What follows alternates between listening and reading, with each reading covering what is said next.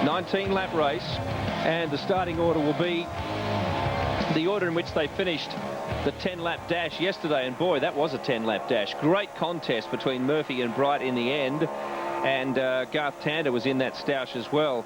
Before that, there were a few others involved, including Marcus Ambrose, who didn't stick around because it was a fairly rough-run race. Let's go to the grid now. Well, Marcus, yesterday car was showing some good race pace, but you had that little off there at the end. Yeah, really happy with our race pace yesterday. I thought after qualifying we're going to be in a little bit of trouble against the Holdens here, but in the race it proved to be just not a problem at all. I think we had one of the fastest cars, if not the fastest car out there. I just goofed it up a bit there with a couple laps to go. I was pressing on really hard, trying to get close to Murphy and Bright, trying to get the win, and just locked up the rears. But luckily I didn't hit anyone else, and managed to finish the race in 6th, so not too bad. Thanks, Marcus. Yeah, thanks, Dezza. Well, 12 months ago, Russell Ingall had a very different view of the grid, but Russ, you've got some work to do today, unfortunately. We didn't get a chance to talk to you, obviously, during yesterday's race, but give us your view of the incident with Rick Kelly. Oh, well, we ran a side-by-side by a couple of corners and just come up to the, coming onto the front straight here, and we just had a bit of a touch going around. 2 into 1 don't go, but, you know, that's it was just a bit of a hard and fast racing. It was a tough day at the office. Did anything come of that, or is it issue resolved? No, it's been resolved. I think both parties have had a good look at it, including the Kmart team, and I think they're very satisfied with it. But that's, like I said, that's life, that's racing. We've just got to get on and do a bit of a job today, do a bit of testing, and get ready for 2 weeks' time. Have a good run, Russ. Thanks. Well, Paul, this thing even smells new inside still, but looking good up the front end of the grid. It's going extremely well, Darryl. Very pleased with debut of the car. New team and so forth. So to be 5 this early in the season, very pleased. It's showing great potential for the coming series. What are your expectations today? I just want to stay out of trouble. You know how hard it is for me to do that. But if I can run with these guys, I definitely will. It's quite a number of laps around here, 19 laps. So I'll just see if I can hang on to them, and maybe later in the race apply a little bit of pressure if everything hangs in there. Have a good one. Thanks, Darryl. Brad Jones, a difficult day at the office to kick off 2004. What happened yesterday? Well, we had a little bit of a problem in the drive line, so I came in, had a look at it, and sorted it out, and got going again, which was a little unfortunate because we've got to start so far back in the main race. But you know, I think both our cars have had reasonable speed yesterday, and so hopefully we can get by a few of these guys in the longer race today. Some things have changed behind the scenes as far as your team is concerned. A new engine builder this year. How much is that helping? Well, at the moment, not a great deal. Not a lot has changed, really. It takes a while for all that stuff to fit into play, but we've kept most of our team together from last year, and we're all working well together, and I really think we'll see the dividends as the season starts. Carve them up, Bradley. Thanks, Rusty. Well, that's the interesting aspect of this race. There are a few good steerers down, well, they're all good steerers, of course, but there are a few very quick cars down the back of the grid here. Ingall, Jones, Paul Wheel, due to various incidents yesterday, so that might make it very interesting here, Neil. Yeah, it always does. Whenever the field is scrambled in any way, there are lots of things to look at apart from what's happening up the front. That's one of the great things about V8 Supercar racing. The depth is right across the field. Good cars, good drivers, good teams. And I expect that this will be like every V8 Supercar race. There'll be something going on somewhere. Mark Scaife's midfield, that'll be something to watch as well. Yes, he's buried in between the 2 Pauls, Dumbrell and Morris. And it was a bit of an ordinary day for him. He had contact with Greg Murphy, and in fact we're going to be talking to him in a moment with Darryl Beattie. Well, Murph, you're in another nice handy spot here today. It'd be nice if I can keep it to the first corner this time, though. It was a bit of a dud yesterday. Actually, was with the stuff on the windscreen, I couldn't see the lights, and I was having to put a head under to try and see them, and I didn't get a very good start, but I can't use that as the excuse, so we just got to get down there first and see what happens. But we made some changes last night, and Bridie's car was a bit better than ours towards the end of that 10-lap race, so we've got to try and make them last another 9 laps after that. What about brakes and other issues around here? Is it going to be difficult with more laps today? Makes it easier being at the front where you get some clear air, and the brakes were good yesterday, whereas guys I was talking to that were a bit further back were having some struggle, you know, with after a few laps. But my car was pretty good under the brakes. It was just the rear tyres that were starting to go away. So if we can stay out the front and keep that clear air, then it'll look after those as well. Have a good one. Thanks, buddy. Well, Mark Scaife, there was loads of action on the track yesterday, and unfortunately, I guess you were a victim in all that. Just talk us through what happened at the time. Oh, well, I come out of turn 14, you know, in the lead, and Murph gave me a bump at the next corner, and I mean, Greg sort of thought that I braked early, but looking at the data last night, it's almost 6 metres later than the lap before was where I braked. So, I mean, look, these things happen. I mean, that's just the game. It's a bit of a drama being back this far, Rusty. Have you ever walked this far down the grid? I don't think I've ever seen you this far down. Do I get paid to walk this far back? No, I don't get paid to be this far back either. Have a good run today, Mark. Thanks, mate. Well, Richo, the car showed some good form yesterday, but today, that much better? I hope so. We did have a couple of little issues with the car, so hopefully we've fixed those up, and we'll see what this one brings. Has there been many changes in the off-season to the car? Yeah, they have. The guys down at the Castrol Perkins engineering crew have been, you know, put their heads together and just righted a few of the little wrongs that we had last year. And the car, there's no doubt, straight out of the box is a lot better. So, you know, that's encouraging, particularly leading in a couple of weeks for Adelaide. Stay out of trouble. Absolutely. Thanks, mate. Thanks. Well, Cameron McConville, you're edging into the top 10. This new team's working well for you so far. Yeah, it's going pretty well. Didn't qualify quite as well as we would have liked. You know, I was about 10 spots further back than Garth, but just getting used to the car and also used to what it likes in qualifying. You know, first time I've been in the VY, and it's a very different animal to drive, I can assure you that. But no, it's going really well. We'd like to be in the top 10 if we can. That's obviously the aim. It's a good point you make, because you've spent recent years in a VX. How different is the VY from a driving point of view? VY is very different. It turns in a lot faster. It's a lot pointier car to drive, so it feels a lot more sophisticated in the front end. But then you've got to keep the back going, you know, with the front end of the car. So you sit a lot lower, a lot further back. It feels like a real race car, really. So looking forward to getting a bit more out of it as I get more comfortable with it. Judging by the action on track yesterday, it's game on in 2004, isn't it? Yeah, the old boys are getting the red mist as per usual. So we've got to avoid it. I ended up into the back of John Bowe on the first lap last race. So we'll try and avoid that and move forward if we can. Quickly, longer race today. Yeah, 19 laps. It'll be a little bit harder on tyres around here, but the track temperature's dropped, so it shouldn't be too bad. But it's good. Hopefully it'll be less chaotic, shall we say. Thanks, Cam. Cheers. Jason Bright, yesterday, a good result, but today you've got a nice clear run in front of you at the moment. Yeah, well, grid 2 seems to be the position to be on this track. I led from P2 into turn 1 last year with Scapey on the outside, so hopefully we can do it again. Scapey obviously did it yesterday, so it'll be good to see a clear track in front of us on the first lap. Many changes to the car overnight? We made a couple. You know, we've sort of probably attacked it, you know, a little bit conservatively, and you know, we'll see how we go. You know, we really want to learn as much as we can about the car this weekend, and you know, so far we've learned quite a bit, and you know, if we can come through the weekend, you know, with a tidy car for Adelaide and maybe a couple of race wins, we'll go there as well prepared as we can. Have a good race, Jason. Thanks, Dan. Yes, it will be a very interesting start to this race, because Scaife did beat Murphy into the first corner yesterday, even though Murphy had pole position. So Jason rather feels that he's a bit of a chance. Again, as we get set for a start, after the break, we'll come back and bring you some pretty hot V8 Supercar action from Albert Park. And look at that massive crowd. The fences as the decibels climb here at Albert Park. The V8 Supercars are revving and are about to get underway for their warm-up lap. We saw a reshuffle of the field after yesterday's race. Murphy, Bright, Tander, Richards, Radicic, Marcus Ambrose. They're your top 6. Jason Barkwan, a good effort.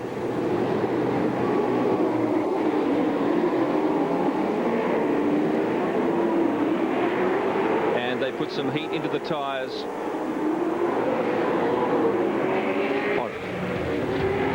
Recapping now. Murphy and Bright on the front row, and keep an eye on that dash to the first corner.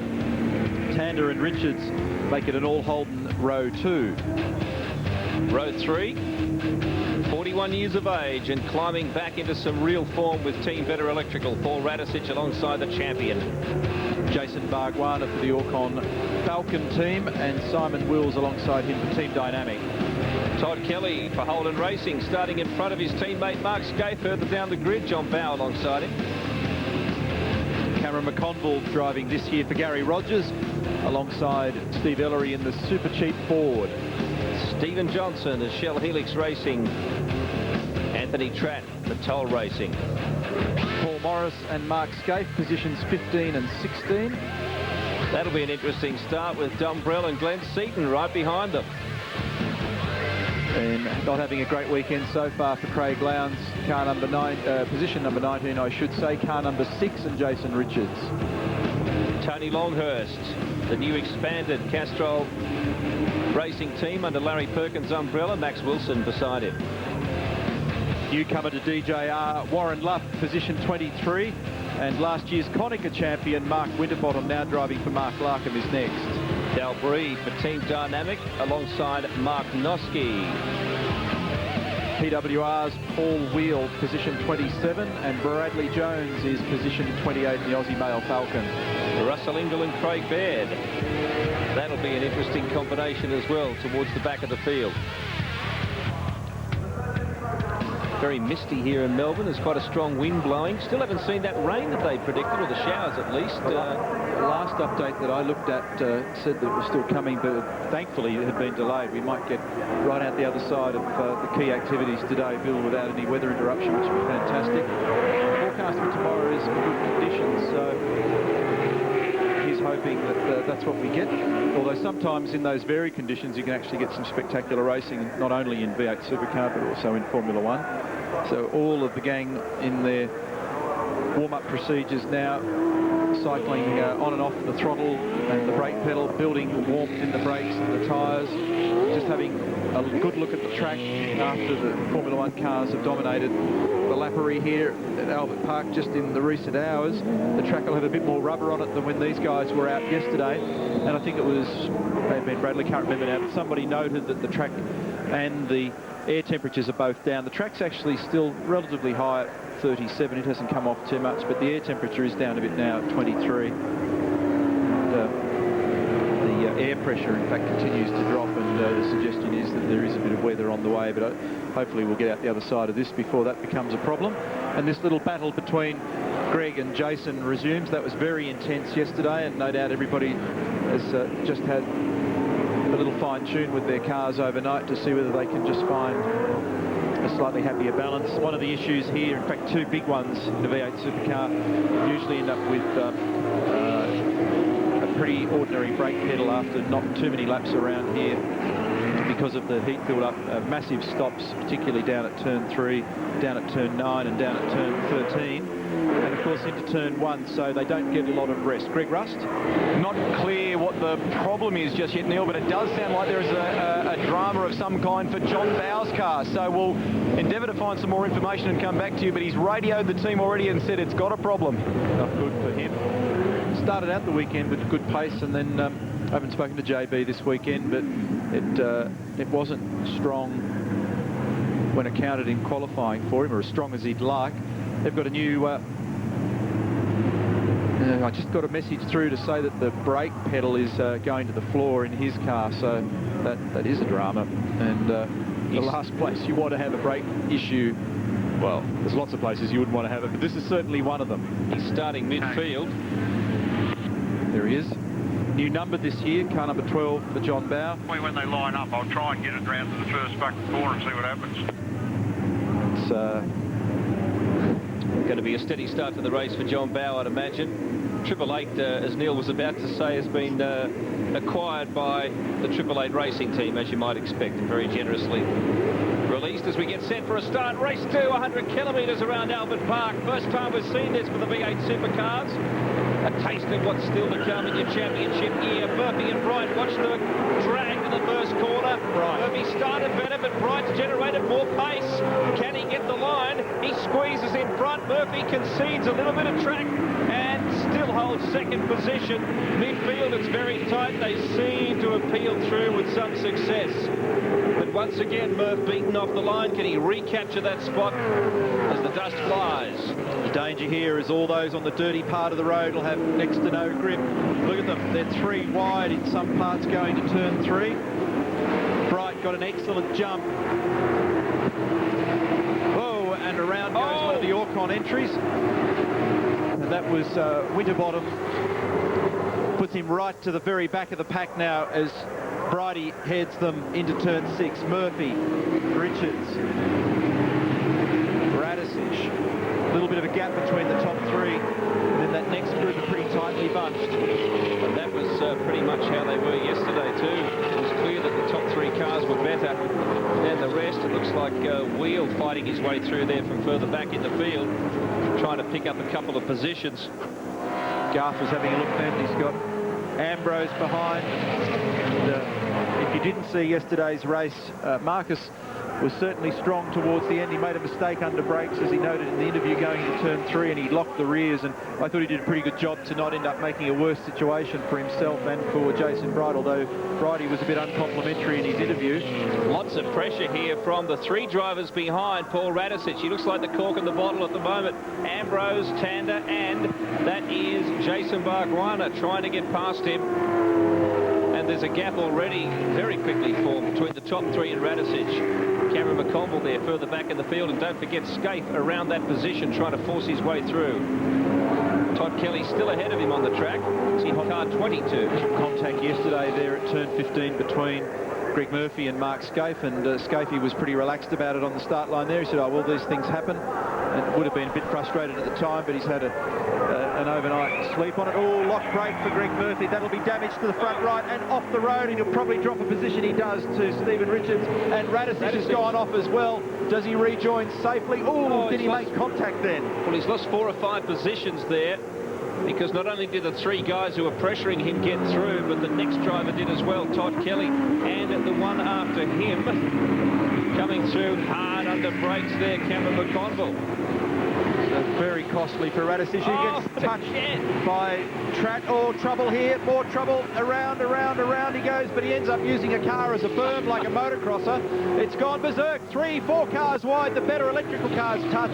Team owners hold their breath when they see that. Well, Triple Eight would have been in dire straits if Wilson and Radicic had taken themselves out. We have a problem with Wheel's car by the look of it. You know what, year in, year out, this is a non-championship round, and everybody talks about, oh yeah, I'm going to do this, I'm going to do that here, but it never ends up happening. It always ends up being semi-chaos, and the crowd loves it, but it's a real nail-biter for the teams, the owners and the sponsors in preparation for the opening round of the championship in Adelaide in a couple of weeks' time, and damage to the front right corner here for Paul Morris on the BWS entry car, and we'll see whether or not that's enough to bring him in. The guard's folded onto the front right tyre, and there's damage, or is it another problem with the Aussie Mail car? That's Bowie's car. Yeah, is that part of that brake issue, or does he have something else going on? Well, it's shutting down. Looks like it's a bit skew with. The front left is up high, and maybe he's got a problem at the right rear for some reason. So, a bit of craziness as predicted at the start of this race. Right, Richards, and it's a very tight bunch there. Scaife managed to avoid all that drama just ahead of him on the circuit. He's on the march. He's made ground already. New livery for HRT this year, new colour wheels. Quite a lot of the cars different in their appearance this year, and a lot of the Holden runners stepping up from VX to VY. Mark Noski steps out. So a problem for him in the early running. Morris still going, so it looks like it might have been a slight rub there of the panel, and that is awfully close as Craig Lowndes with Glenn Seaton, teammates line astern. Don't touch each other, for goodness sake. Now, this is a replay of the start, and once again, Murphy beaten off the line. Wright had a little less room than Scaife did as they came to the first corner, but Greg quite wisely allowed him plenty of racing room. That's why John's car looked so weird. The right rear wheel came off it. Oh, that'll said it was sitting up high in the front left-hand corner. Well, that'll do it. No wonder he had a brake pedal issue before. So right rear wheel departed company from the number 12 Aussie Mail car. Look at this, Triple Eight Engineering, better electrical entries, both into the pit, and both got substantial body damage. Darryl.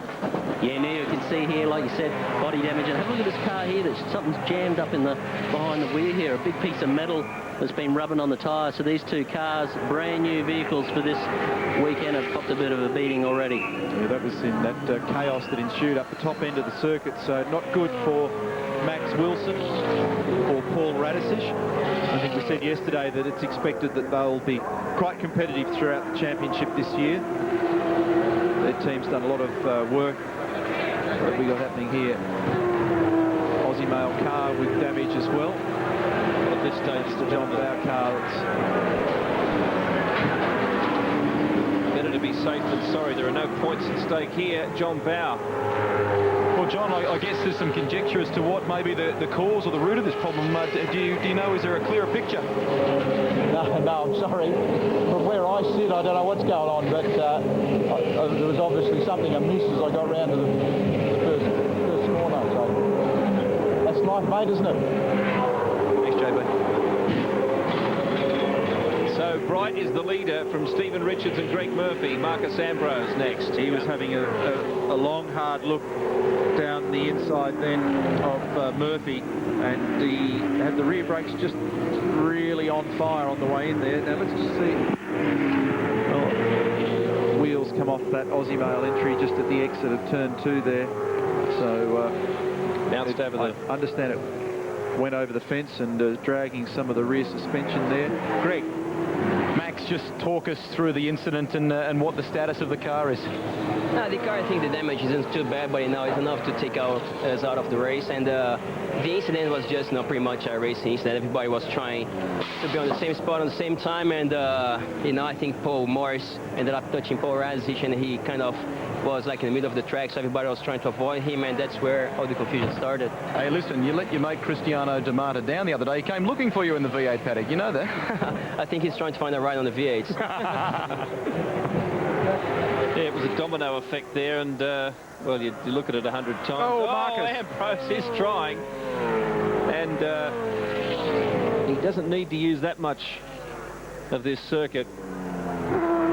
A bit of breathing space here for Bright, and Murph did point out earlier that there's a fair bit of pace in that car of Jason's, and that seems to be the case. But this is a longer race than yesterday, so no panic yet. Several people showing good pace at the moment. Tander in 34, Bargwana in the Orcon Ford in 6th. So Barg to be encouraged by that. He typically does do well here.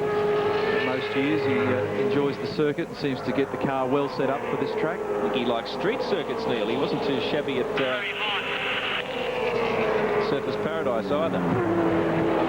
There's Sparks appearing in car number 10, just ahead of the Kelly car, and of course Mark Scape a little further back in the field behind Simon Wills.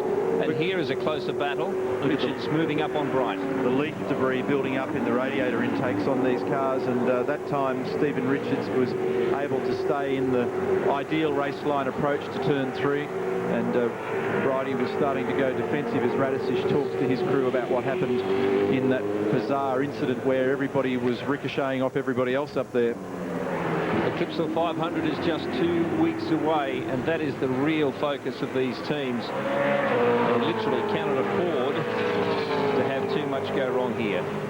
We just had another report from the pits. I made that remark earlier. We saw one of the low-angle shots of the leaf debris in the 2 lead cars, and Darryl reported to us that when cars have been coming back into the pits, they've had a lot of junk in the, there it is, in the top left-hand corner of the screen, and some of them have had a lot more than that apparently. And that'll be one of the issues for the Formula 1 cars in particular tomorrow, and in the 3 stops that most of them will take, they'll have people devoted to the task of diving in and trying to remove some of that. Any rise in water or oil temperature to the negative can be a real problem for them. Further back in the field, the Ford Performance Racing cars are still having a mediocre weekend. Russell Ingall, partly because of the loss of cars through those incidents and partly because of his usual vigour, has moved up to 16th position. He did start at the back of the grid. And Scape also is trying to work his way forward. Hasn't been easy, though. He started the race in 16th position. He's moved up to 10th after 5 laps. Stephen Richards is the guy that looks like he's got good pace at the moment. He might have a bit of an edge over Jason Bright, but he just doesn't have track position at the moment. Marcus Ambrose getting away from the hot air from behind Greg Murphy's car at the moment, and also just sizing up whether there was any passing opportunity there. It always ends up in a diminishing return, though, at the exit of turn 1, just because of the nature of the shape of the road. Another close look at this battle in front. Bright and Richards. Together they've done great things. They've won Bathurst together, and separately they are, of course, great rivals on the circuit. This beautiful tree-lined shot of the back section of the course before they get to the lakeside run. Daryl Beattie. I guess Rick's standing on the sidelines today. The car just far too much damage yesterday. Yeah, absolutely. You know, if we really wanted to get it going for today, we probably could have, but, you know, our focus is Adelaide, and, you know, it's disappointing that we're not running today and tomorrow, but overall I think we've gained a lot from the weekend. We've certainly learned a lot in qualifying, so it's looking good for heading to Adelaide, apart from obviously the damage that we gained from yesterday's accident. Murph looked good yesterday, but Bridie had that little bit more on him towards the end there, tyre-wise. Many changes to his car for today? I've had a fair bit going on myself, so I'm not too sure, but I'm, you know, knowing the guys and you know, how dedicated they are, I'm pretty sure that they would have tried a few things for today's race that, you know, it certainly would look good for Adelaide as well. Thanks, Rick. Thank you. Replay here of Jason Richards running wide, turn one. Look at the leaf debris and the air intake on that car. Todd Kelly. Pressuring Jason Barguana, and a gap there to the cars up ahead, Tander and Ambrose.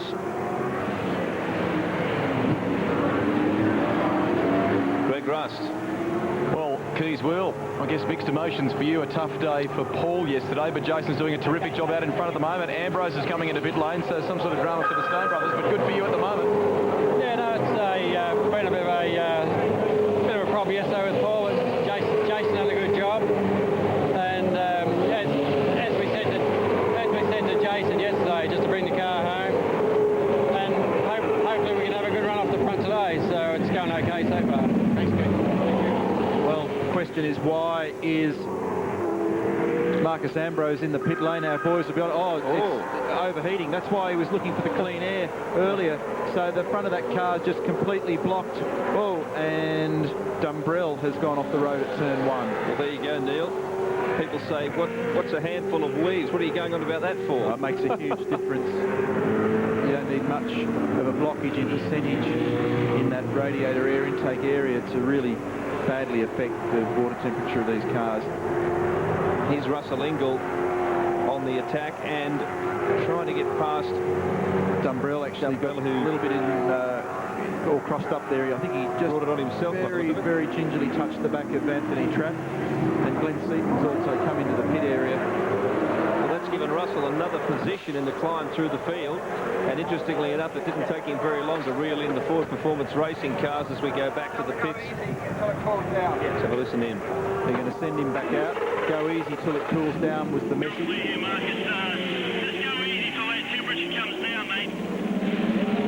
So they need to get some cool air through the radiator, and they noticed they made a roll centre adjustment in the rear window there as well, so it took an opportunity to make life a little nicer, most likely for the rear tyres. Greg Rust. Dramas for Glenn Seaton, a driver's side rear flat tyre, so not quite sure what the cause of it is, but what a tough start to the weekend for Ford Performance Racing. They moved into new premises in Melbourne here on Sunday, and the boys really haven't slept. They've had a lot of sleepless nights getting those cars ready for this event. Sounds like you on the party trail before the Grand Prix, Rusty. Nice. Jason Bright with a clear lead. Darrell's reporting that roll centre adjustment was raised in the roll centre, and therefore looking for a bit more turn in the car. Anthony Trapp here in all sorts of bother there further back as Paul Wheel tries to unravel the situation. There's Russell Ingall now. He's got past Craig Lowndes. He's pushing forward, 13th position.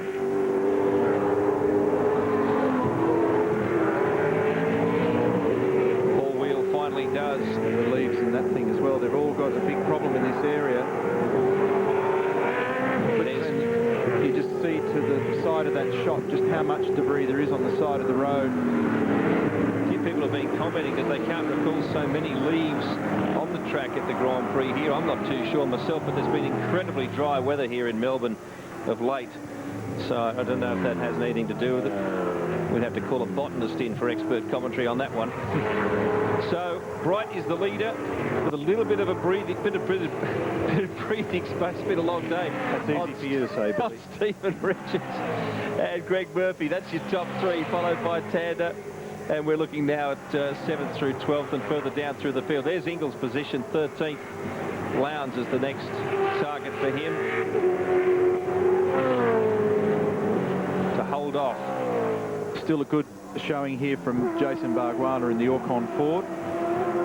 Gap behind his old teammate Garth Tander. Let's see him in the background. There he is, turn 13. He's got Todd Kelly right behind him. Cameron Conville will be the next boy through.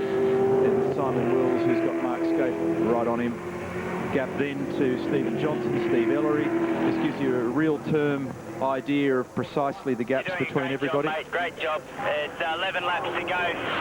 Richard's time last lap, 1:59.93. So not even halfway through the race yet. Let's see if Richards can bridge this gap. Bright's just managed to pull a 1.3-second gap now from that pressure earlier. The only two in the 59s are Jason and Stephen. They've both done a 59.9. Everybody else is in the two. When I say everybody else, Murphy and Tander are in the two flats. When you go back behind that, lots of people are in the ones, but quite a lot of them are racing each other, and that means that it affects lap times to the negative. Ingles in the... There he is. He's just over 2 minutes for his last lap, but the 7 or 8 cars ahead of him are all in the 2-1s or 2-2s, so he's definitely on a mission, but he's got clear track as well. It looks like Craig Lowndes got a bit of battle damage on the front left corner of that car, and that car is behaving better today than in the last 2 days, where they had an electrical glitch on Friday and some handling problems yesterday, but it's apparently performing pretty reasonably today. So as Ingle moves through the field, he's in 13th position. That's who you're looking at the moment. He has 5 seconds between himself and the next car. We'll take a break.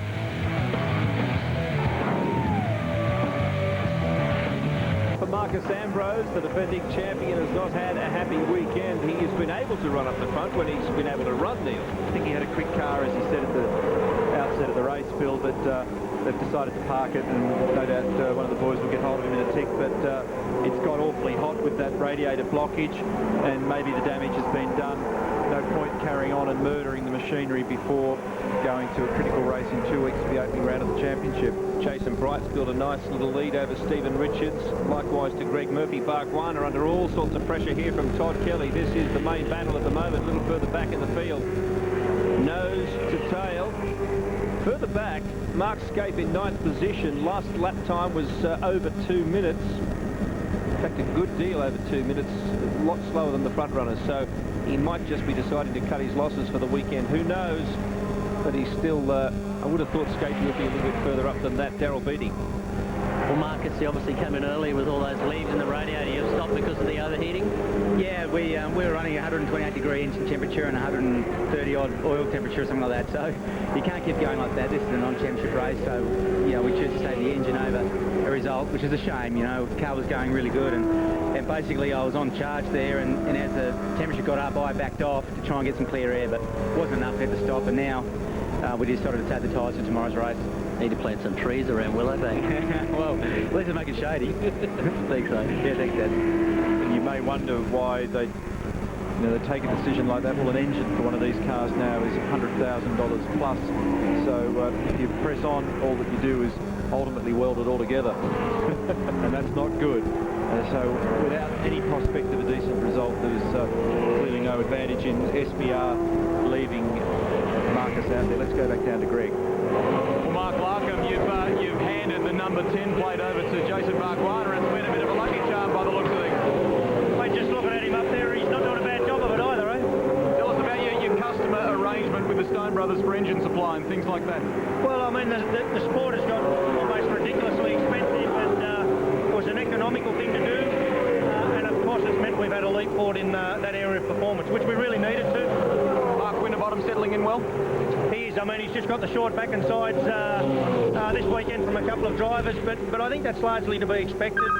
We had a chat about that before this weekend, and I think Mark will come to realise very quickly this is tough in this category, and but I'm sure he'll hold his ground. He's a real mature young guy. Monitor those frustration levels, Larko, won't you?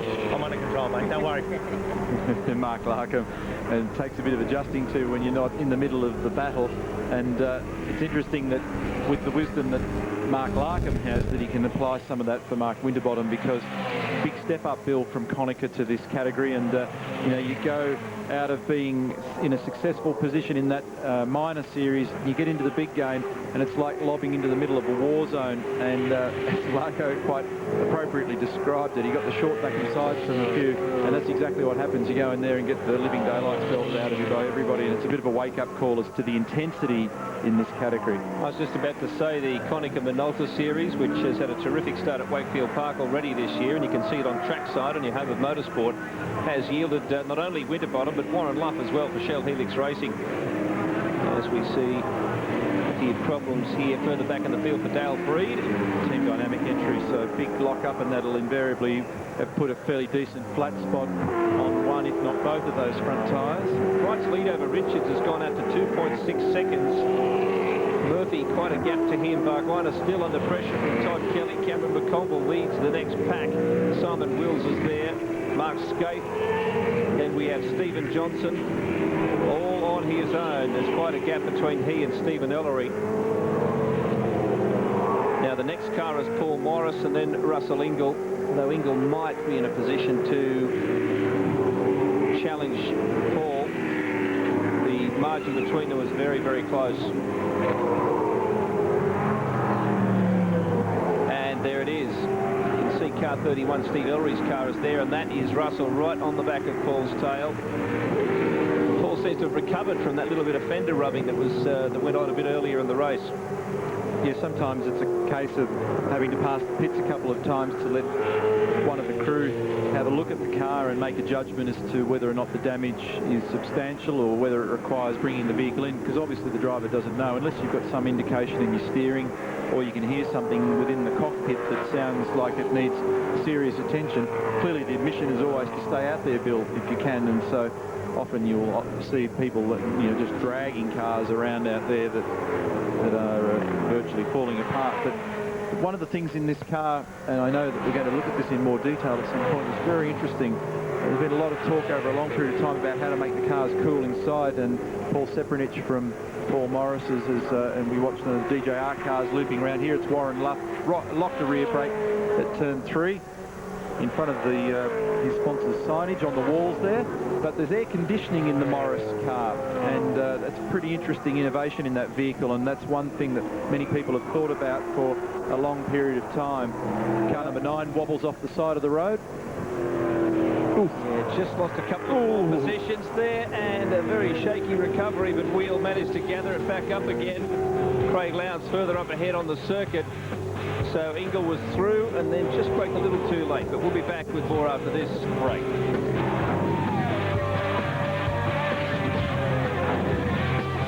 V8 Supercar action at Albert Park. The Netspace V8 Supercar Challenge, race 2 of 3. 100 kilometres, and Dale Breed makes it a little bit shorter.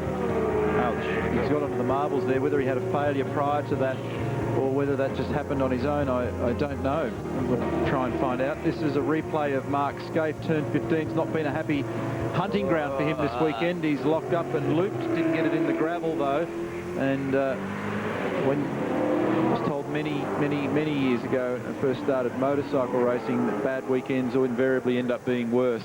And that's exactly how it's panning out for him. When they start crook, they don't usually turn around. Bit of work to do for the Team Dynamic mob, getting that car ready for Adelaide. Now, a very juicy prospect has unfolded following Mark Scaife's turnaround, as we see Kelly still putting pressure on Jason Bargwanna. He's defended his territory very well, Jason. You're looking there at 5th versus 6th, and following up is Simon Wills. Now, further back, guess what? Mark Scaife's spin has put him back on the track just behind Russell Ingall. The first time since that amazing Eastern Creek battle that these two guys have been on track together. And frankly, I'm excited. I tell you, I'm impressed with this performance from Jason Bargwanna in the Orcon entry. The car's got good speed. He's got a lot of pressure on him at the moment from Todd Kelly, and this is an encouraging start for that organisation, and Mark Larkin will be pretty happy with this. It means his team structure is good. They've given Jason a good car, and it's an excellent start to them, puts them in good shape going into the beginning of the championship. Well, it makes sense with Larko now being able to devote himself full-time to running the team. He's got a massive amount of experience in a lot of categories of racing. He had success in Formula Ford and Formula Holden. He's had V8 Supercar success, and he's probably got a lot of wisdom to supply from outside the car as a coach and as a manager. So it's good to see. It's a matter of allocation of resources too, isn't it, Neil, when you're working to a budget, or even if you have a bit of a bigger budget, because look at Scaife last year taking ownership of his team and then realising that it was very, very difficult in an era where we're getting right away from owner drivers. And so Scaife quite sensibly diluted that this year. Oh, there's a car going off to the infield there, and it's Anthony Tratt. A lot of dust and grass on the circuit. That's turn 10. And Craig Lowndes is in the kitty litter. And is that related? We shall find out. It has been a disastrous weekend for Ford Performance Racing. Well, I suppose it could always be worse. The cars are relatively intact for next round, or the first round of the championship. That's the main thing. But yeah, just finishing that point on Larko, while Scaife has made sure that he has now been able to concentrate on driving. Let's go back to this incident. So what's happened here? We've got Tratty. Looks to me as though he just did that on his own, just a half spin. But there's Lowndes. Yeah, Craig's gone out there in the wilderness. Was again that on his own, or was there a failure? So our boys will have some follow-up in the pit lane later to find out what happened there. But very unusual to be that far wide at turn 12. Todd Kelly getting a little closer again to the back of Bargwanna. It seems to be a bit of a seesaw. He gives it a rest and then attacks and then gives it a rest. The problem here, and it's the same in all motor racing and certainly with V8 Supercars, it doesn't take very much of a shift left or right of race line to just be able to keep someone well and truly in check. And you can see that Bargs is just in the right place at the right time to prevent Todd from getting any closer. And I don't think Todd's got a car that's any faster, if at all. That's in a bad spot. It is. I'm a bit surprised, actually, but they're running to a fairly tight schedule here at Albert Park, so obviously they're quite happy. But, gee, that Bargs went fairly close there. Looks like Jason's car's better in the medium high-speed stuff, and it looks like Todd's is stronger in the low-speed corners. And he loses touch a bit in this part of the track, and that's frustrating because if he wants to be able to get at the car in front, he's got to be right under the rear wing when they put their foot on the brake, and of course he's nowhere near that at the moment. And then he works away at it and gets closer to him again up the top end of the circuit as we look at Jason Bright here. Lead is now 3 seconds over Greg Murphy. As we cross the 20036. That's Jason Bright's radio, and that margin, as you said, Billy, is 2.6 now because Richards on the last lap took half a second out of Jason, but only a couple of laps to run now, so I don't think it's going to be a real problem. He can afford to bleed off a bit of speed. That is, Jason can afford to bleed off a bit at the moment without endangering himself or his position. And pole position, of course, for tomorrow's final race, assuming he can hold that now. And these guys had a really good test at Winton earlier this week, and so he's come to terms quickly, and his crew are on it with the and is this Winterbottom or Bargwanna? Winterbottom, I think. Yes, Winterbottom it is, in the gravel down at 13. He's backed that in. They talked a lot about tyre wear and brake wear. I wonder if that's started to have an effect on some of these guys running off the circuit on these corners. I know that he's injured. Just turn it off and wait for somebody to come. That is still Bargwanna and Todd Kelly, which will be row 3 tomorrow. So I don't know if there's a huge amount to be gained for Todd to try anything rash. I've seen Bargs in these positions. Look at the debris on the edge of the road here. It's grass, gravel, rubber, carbon fibre. Great couple of shots there, looking in both directions in the low angle at turn 10. Yes, Todd probably won't gain a huge amount by taking any risks here. He really loses a lot of ground through this part of the course. A steady yellow flag, or a waved yellow flag there at 13. Greg Murphy started the race in pole position, having won yesterday. Gee, there's some leaves in the front of that thing at the moment. Third place has drifted back. He said the Bright showed a lot of pace yesterday, and that certainly was an accurate description. He's surprised if that car's showing a bit of water temperature. That's got a lot of leaf debris in the front of it. He seems to have lost a lot of ground, hasn't he? He's now over 8 seconds behind the top two cars. And that's blown out to 9 seconds, so it certainly does indicate Murph has eased down a bit. Coming under pressure perhaps from Garth Tander. It's only 1 lap to go, 5.3 kilometres. And further back in the field, there's that Kelly-Bargwanna battle. Simon Wills should emerge pretty soon behind them with Cameron McConville, then Stephen Johnson, Stephen Ellery, Paul Morris, Paul Wheel, Russell Ingall and Mark Scape. Only a few tenths separating them further back in the field. All these guys will be pleased, and little Todd gets again close to Jason at the top end of the circuit. They'll all be pleased that those mega temperatures from earlier in the week have disappeared. There's a long way around here, 19 laps in these cars on a hot day. Temperature is still 23 out there. The track's come down now though to 33 degrees. Yeah, those leaves would have had a lot more impact, wouldn't they, if we'd had the sort of near 40-degree conditions that we've seen already this week. Just the air temperature alone makes it, let alone the leaves, just makes it almost unbearably uncomfortable in the cockpit of the cars. So Bargwanna still with a few nerve-wracking corners to hold his position, which is 5th right now. Very solid start to the season. This is a great battle. And it's just in this next sequence of corners where Bargwanna's had a bit of a margin in previous laps. Does he hang on to it this time?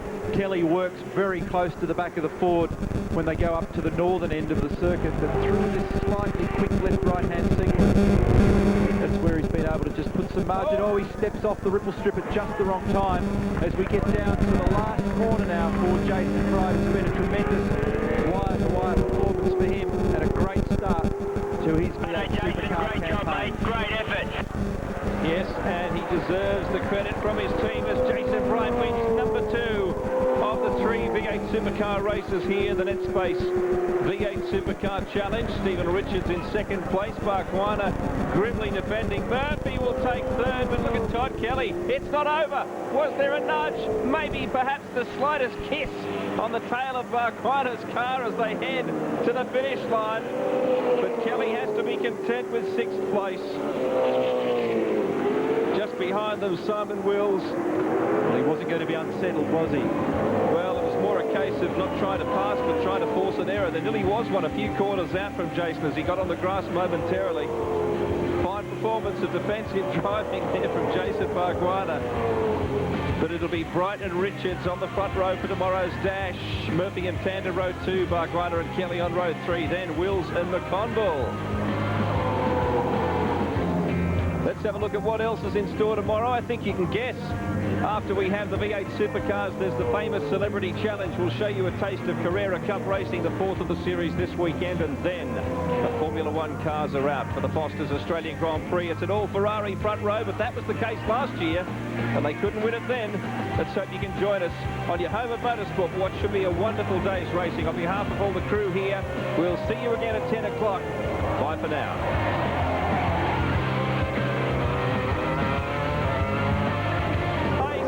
Can he get the line? He squeezes in front. Murphy concedes a little bit of track and still holds 2nd position. Right with the jump on Murphy. Richards, Radicic, Ambrose, Tander and Bargwanna next. But Murphy dropping back to 3rd position. That'll be damage to the front right and off the road. Like yesterday, no one was holding back. Least of all, the better electrical team. Not a Bright Spark, but a Bow one instead. Is race over.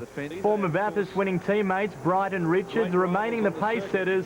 Marcus Ambrose needing a pacemaker, first going off-road. Oh, Marcus Ambrose is trying. Then his car overheating due to much mold. The 27-year-old retiring from the race. No point carrying on. And the casualties kept coming. Some former champions were struggling. Mark Scape's weekend growing worse. Craig Lowndes has also had better days, dancing in the kitty litter. A 19-lap race taken out by Jason Bright. Wins number 2 of the 3 V8 Supercar races here. So Holden dominates for the 2nd day in a row, once again filling the top 4 positions. The best of the Fords, Jason Bargwanna in 5th place. Race 3 tomorrow morning over 10 laps.